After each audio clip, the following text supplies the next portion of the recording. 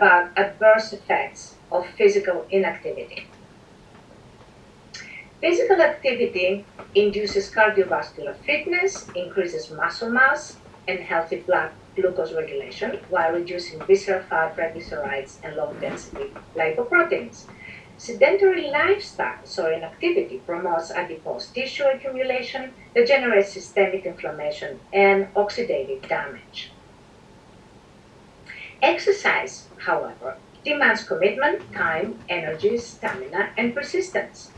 Exercise is not concerned about your time restraints or career responsibilities of movement restriction due to neuropathic pain or chronic pain or individual choices.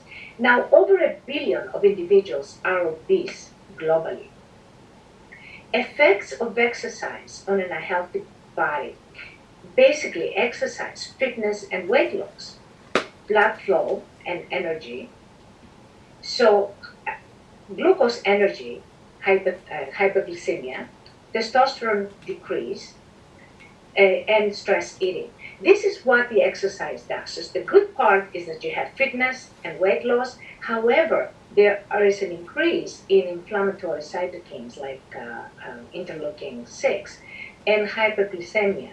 And also there is a decrease of testosterone and an increase of cortisol with exercise. And again, it's very important, but it has its downside.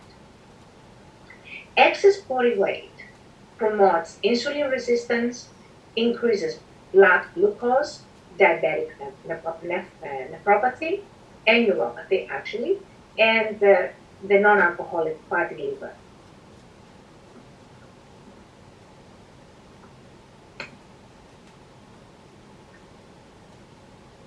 Now, obesity plus insulin resistance creates the type 2 diabetes, hypertension, and cardiovascular disease.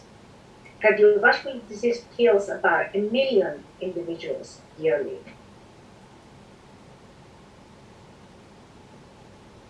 Diabetes, hypertension are associated with COVID-19 mortality rates and very high mortality rates of COVID-19. So it's not a good thing. Basically, it creates a lot of problems. Imbalance between intrahepatic triglycerides production and export creates visceral fat, we call it VAT.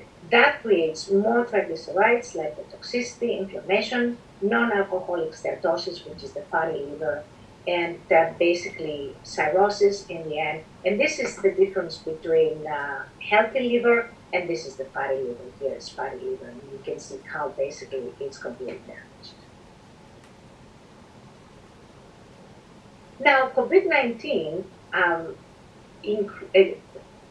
the VAT, which is the visceral adipose tissue, increases the chances of you getting COVID-19 and also staying in the medical ward much longer, because the COVID-19 has an affinity for fat cells, for ACE2 receptors in the fat cells.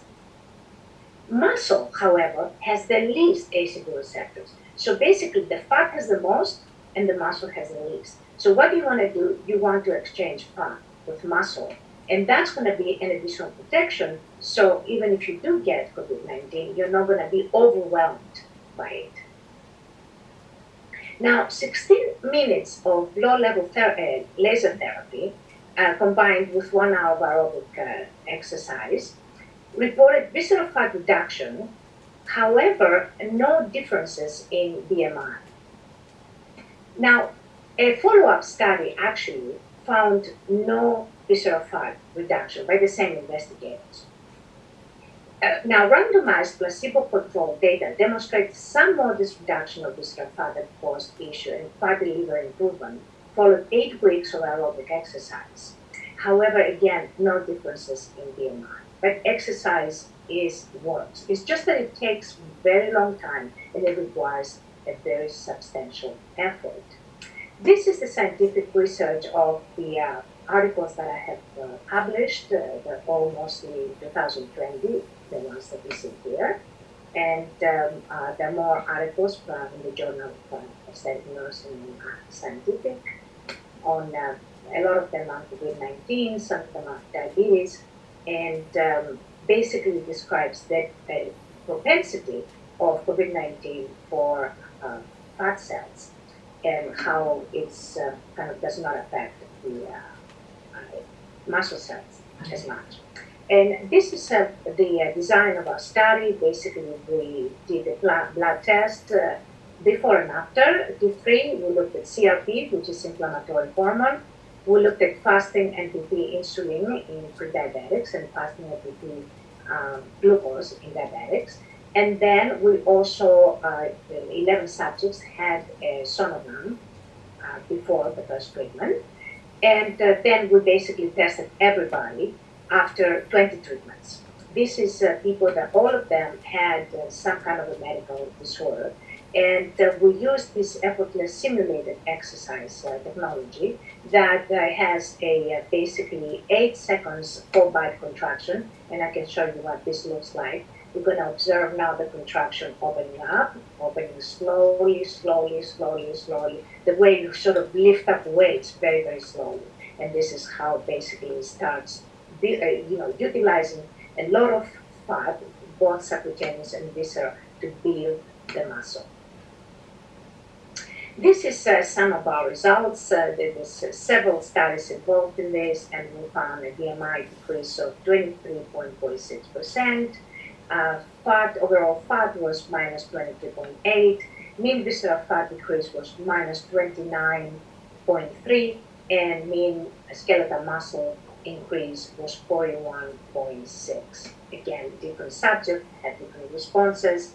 BMI decrease, again, is the same thing. Visceral fat decrease, minus 47%. Actually, this is a different study, that follow-up study that we did, and again, overall fat was 23.8, and visceral fat was much higher than the previous study.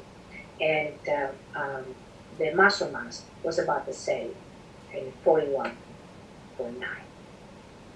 This is the results on blood glucose and PP, postprandial glucose, and the results on fat liver as well. There were 11 subjects that this is the diabetics, and here is all the pre-diabetics and the results. You can see the insulin decrease was 41.8,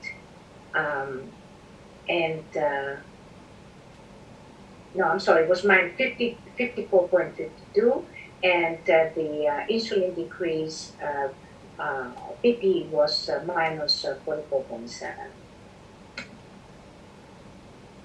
And here is the pre and post treatment results on fatty liver and sonography reports. You can see fatty liver previously, these are all diabetic patients, and no fatty liver after the 20 treatments. And they did 20 treatments because pre-diabetics and diabetics are far more resistant to losing weight. Triglycerides was a minus 22.88% decrease, and average increase of the high density lipoprotein in the state of 34, which is something that you want. You want the VLDL and triglycerides to decrease, and you want the HDL to increase.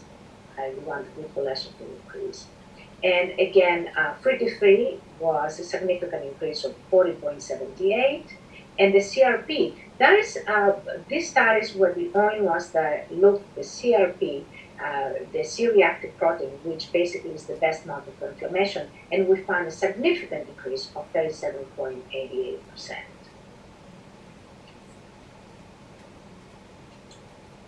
Now, this is the table of the statistical results, and you can see there was a significant significance in all variables, both blood glucose, blood insulin fasting, and insulin BP, triglycerides, and also upper abdomen reduction. CM was again 965, about the same as that we found in previous studies. Umbilicus was 10.32. Lower reduction was 11.5. Skeletal muscle mass was again very significant. HDL was significant, and the this is again some of the before and after results. The subject allow us to use pictures. This is after 15 treatments. Again, after 15 treatments, before and after, the results. And that's also after 15 treatments. This is from a different clinic. Other studies performed with the same technology looked at the review of COVID-19 associated factors, CRP, creatinine, bilirubin, VLDL, triglycerides, cortisol, and function. And again, found very significant results.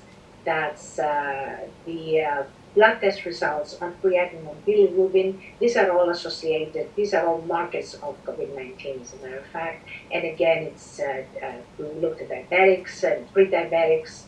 And the results on creatinine, there was a reduction of 19.67, and bilirubin was 69.23. CRP, again, a very high decrease in CRP of minus 36.87, and cortisol decreased quite significantly in this study at minus 17.47%.